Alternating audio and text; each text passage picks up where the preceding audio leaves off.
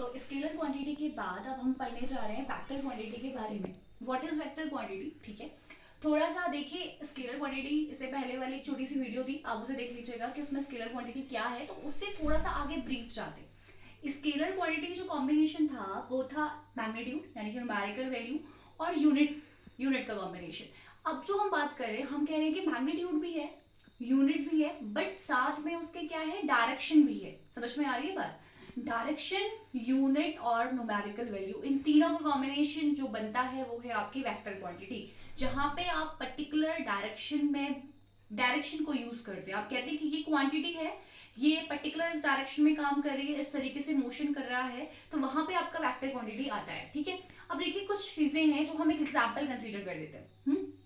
हमारे पास एक कोई भारी चीज है, ठीक है, मेरी मम्मी ने मुझे कहा कि एक बोरा है जैसे घर छोड़ना है, जिसपे बहुत सारे, चलिए, आलू ही रखे हुए हैं, ठीक है, उस बोरे को मैं घसीट के लेके जा रही हूँ। ठीक हो गया।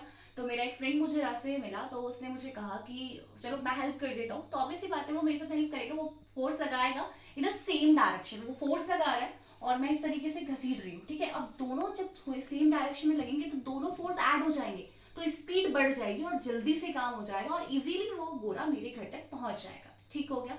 अब दूसरी चीज देखिए, कोई मेरा दुश्मन है, ठीक है, वो आया पीछे से, उसे शैतानी सूझी और मैं फोर्स इस डायरेक्शन में लगा रही हूँ, लेकिन वो अपनी तरफ को खींच रहा है, वो नहीं जाने देना चाह रहा है। दैट मीन्स उसका फोर्स जो लगा वो अपोजिट डायरेक्शन में है और मेरा फोर्स इस डायरेक्शन में। समझ रहे हैं आप? और हो सकता है वो मोटा हट्टा कट्टा हो, मुझसे ज्यादा ताकतवर हो, तो क्या होगा, वो तो क्या करेगा, अपनी ओर खींचेगा और मैं अपनी ओर खींचूंगी, दोनों की डायरेक्शन अपोजिट, और जो फोर्स होगा उसका रिजल्टेंट कहाँ होगा, ये तो डिपेंड करता है आपकी पावर में, कि मैं ज्यादा पावरफुल है वो, चलो मान लेती हूँ मैं ही हूँ पावरफुल और मैंने फोर्स फाइनली अपनी ओर को खींच लिया पूरा, लेकिन होगा क्या, मुझे ज्यादा फोर्स अप्लाई करना पड़ेगा, लेकिन ठीक है, जो मैं इजीली काम कर सकती थी वो मेरी स्पीड जो होगी वो क्या हो जाएगी, कम हो जाएगी, क्योंकि अपोजिट डायरेक्शन में चल रहा है। तो देखिए यहाँ पे पूरा का पूरा खेल किसका है, डायरेक्शन का खेल है। दोस्तों पे नहीं जाना, ठीक है, डायरेक्शन पे जाना है। जिससे मेरे साथ मेरी सेम डायरेक्शन में काम किया, उस समय मेरी स्पीड बढ़ गई, ठीक है, और इजीली काम हो गया, स्पीड में काम हो गया। और जब अपोजिट डायरेक्शन की बात आई तो स्पीड क्या हो गई, कम हो गई। ठीक है, तो देखिए दोनों जब सेम डायरेक्शन में थे तो दोनों ऐड हुए, अपोजिट डायरेक्शन में हुए तो सब्ट्रैक्ट हुए।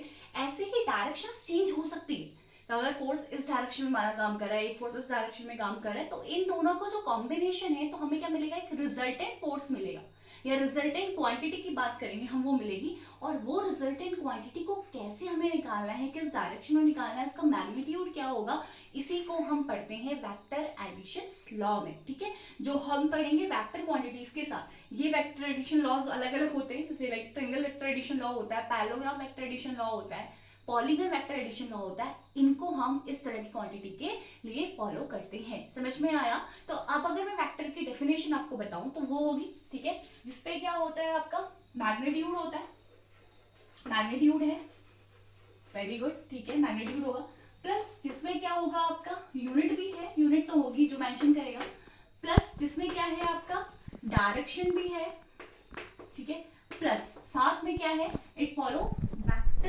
Addition law. किसको फॉलो करेगा, आपका वेक्टर एडिशन लॉज को ये आपका फॉलो करेगा। समझ में आ गया? तो इन सबसे मिलकर बना है आपका वेक्टर क्वांटिटी। ठीक है, अब ये वेक्टर क्वांटिटी कौन कौन सी है, जैसे हम जानते हैं, like it is a velocity, displacement, acceleration is a vector quantity. Okay, so many vector quantities are there. ठीक हो गया। तो ये रही बात वेक्टर क्वांटिटी की, जिसमें हमने देखा कि यूनिट भी है, साथ में डायरेक्शन भी है, मैग्नीट्यूड भी है। वेक्टर के कुछ लॉज हम पढ़ने जाएंगे अब इसके बाद, जो इसे फॉलो करते हैं। ठीक हो गया। अब छोटी सी चीज और, वेक्टर को नोटिफाई कैसे करते हैं, बार बार तो हम लिखेंगे नहीं ना कि vector A, vector B, vector C. तो जो भी हमें वेक्टर को लिखना होता है तो वी यूज एरो। जैसे मुझे लिखना है ए वेक्टर, तो वी राइट डाउन ए के ऊपर एरो। ठीक है, इसके सिर पे एक एरो रख देना है। अब इसमें ये जो होता है इसे हम बोलते हैं हेड, और ये जो पीछे वाला पोर्शन है ये है इसकी टेल। ठीक है, ये है आपका इसका हेड, और ये पीछे जो है ये है आपकी टेल। तो ये हेड और टेल यहाँ पे रिप्रेजेंट होता है, वेक्टर को रिप्रेजेंट करने का ये तरीका है। एक इस तरीके से वेक्टर को आप दे सकते हैं, जैसे ये है, एक मैंने एक लाइन बनाई, ये ए वेक्टर है मान लीजिए, और ये मैंने सेम डायरेक्शन में बनाई तो बी वेक्टर है।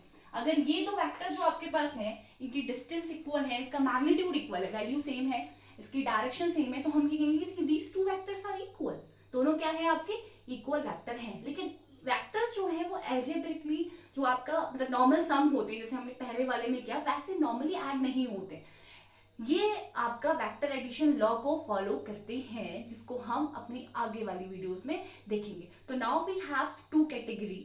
फिजिकल क्वांटिटी को हमने दो चीजों में बांट लिया है, one is scalar and second is vector. Scalar आपका जो है वो है मैग्नीट्यूड प्लस यूनिट, और वेक्टर जो है magnitude plus unit plus direction plus vector addition laws. Okay, thank you class.